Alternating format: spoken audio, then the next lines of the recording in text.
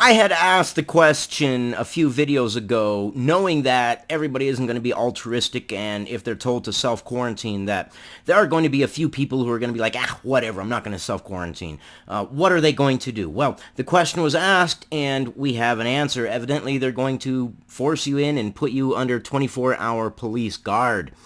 Kentucky man 53 who tested positive for coronavirus. He was ordered to self-quarantine. He refused. Now he has a police officer at his door to keep him inside 24 hours a day. And the way they worded is kind of interesting. They forced him to self-quarantine. Okay. Is that like forcing someone to volunteer? I need 3 volunteers. You, and you. Same thing, right?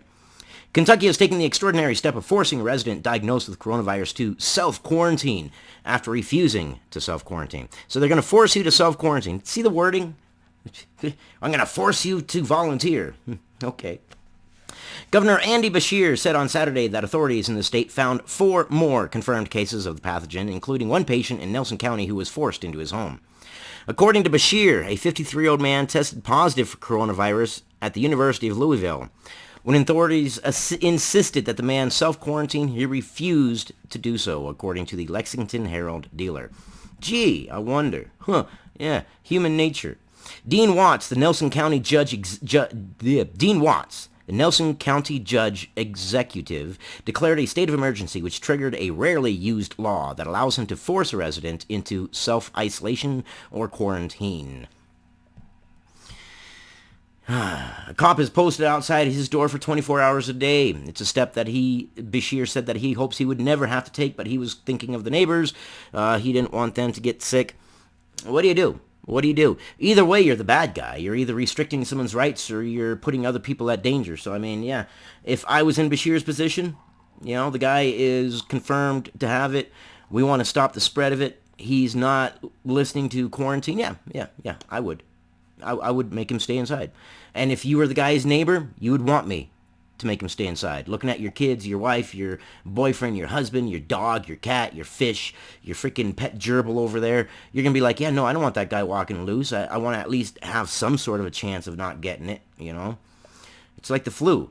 If someone had a flu, would you want them walking around your house? It's the same freaking thing. There's nothing special about the coronavirus. Nothing special at all. Just treat it like you would the flu. You're not going to go out there with someone who has a flu and hug him and rub all over him and, oh, you got the flu? Oh, yeah. No. You're going to be like, oh, you got the flu. All right, hold on. Stay back.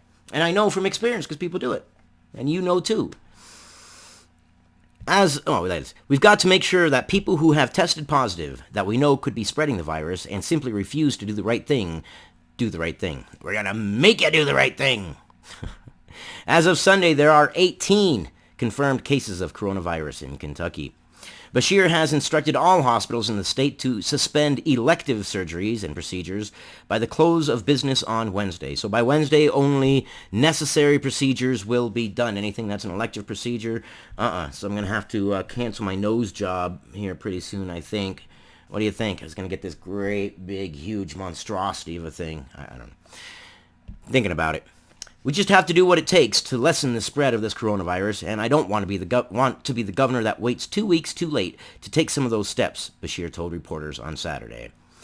The 18 confirmed cases include 6 in Harrison County, 5 in Fayette County, 4 in Jefferson County, 1 in Bourbon County, 1 in Montgomery County, and 1 in Nelson County.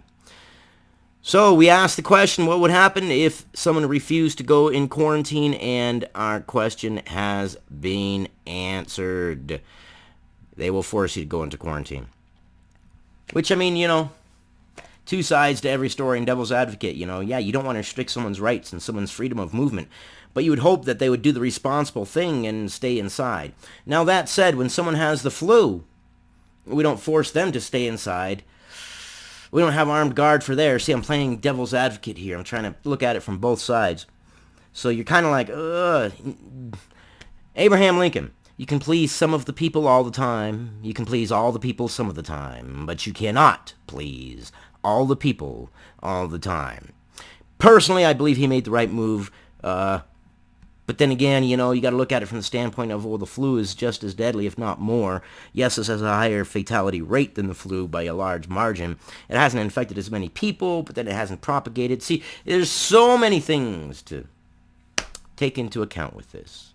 That's why it's important to educate yourselves, hear the news, and make up your own minds. Make up your own level of safety. But, dear God, I don't care if you have the coronavirus, the flu, or a gosh darn common cold. Stay home. Stay indoors. The same rules apply. Don't be a dumbass.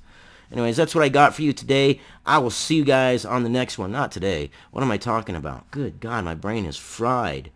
Oh, my brain is corona fried. I will see you guys on the next one, which should be up here in a bit. I love you guys. Ooh, double image.